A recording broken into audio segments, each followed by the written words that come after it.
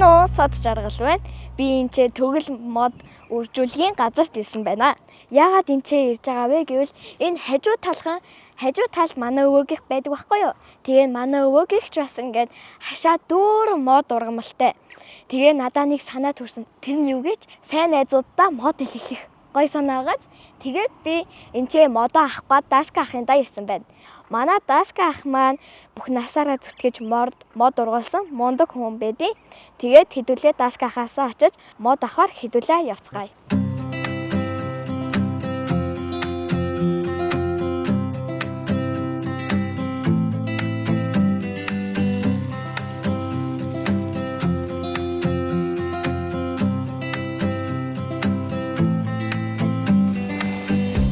Даашка өө сайн уу. Миний охин юу ч мод тарих нь. харин тийм ээ. Айл бүрд ингээд 5 мод таригээд уриалаад байгаа шүү дээ. Тэгээ тэрэн дээрээ би ингээд сайн найзуудтай мод ингээд бэлтгэх гээд байгаа байхгүй юу? Танд ямар моднууд байна? Зөндөө мод байгаа. Өвн модоо услаад байж гин. Тэгээ одоо төрөл бүрийн мод байгаа. Одоо тарихад энэ бортохтой мод таривал бүр их илүү ашигтай юм байгаа. Ягаад гэвэл ерөөс найдвартай ургана 100%.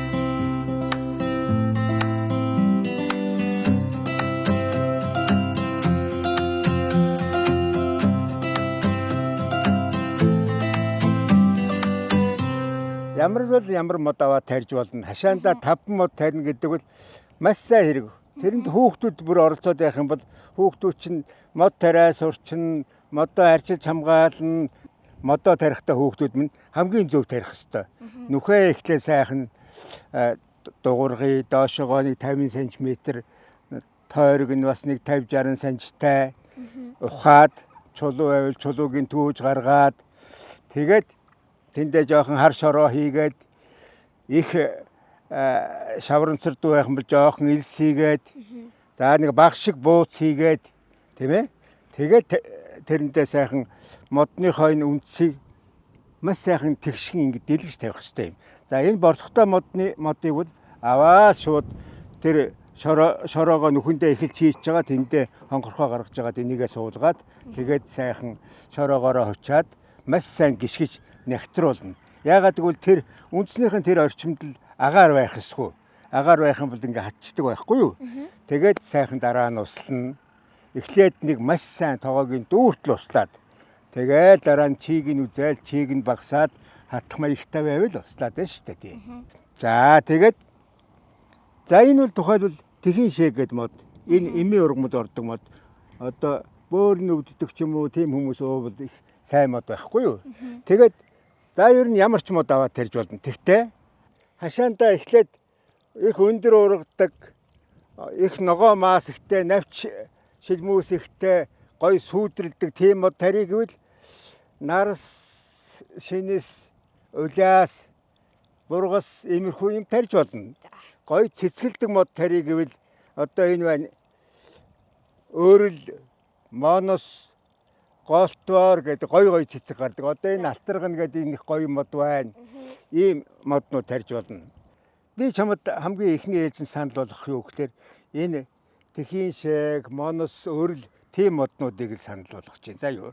Тэгээд хүүхдүүд та нар тарихад амархан.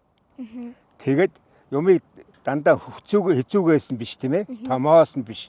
Багаас нь эхлээд хийгээ сурчвал дараа нь тэгээд ургачвал дараа нь нэмээд тариад байх тийм урамтай болчихно. Урамтай болчихно. Гоё сайхан болдог.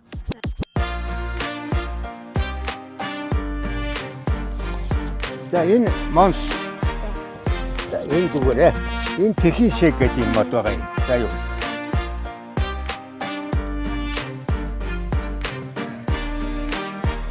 За энэ жоох том. Одоо сүүл ягаад энэ өрл гэдэг их гоё мод байгаа. За юу. Энэ үнийг аваарай. За маяг.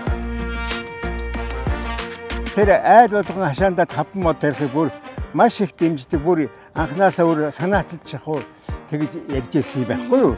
Тэгээд одоо харин сүүлийн үед ингээд ягаад миний дүү ингээд бас санаачлаад найз нартай мод бэлгэлэх гээд ингээд явж байгаа нь бүр гоё байна. Ахын тэр их бүр маш их дэмжиж штэ. Тийм учраас найз нартай хэлээрэй. Сайн ургуулад л мод Дашкахаа өгнө гэж энэ гэдэг шийдээрээ за юу. За баярлалаа Дашкахаа. Тэгээд би таны энэ өгсөн моднуудыг яг би найзуудтайгаа сайруулаад тэн дээр буцаж өгнө. За тэгээрэй.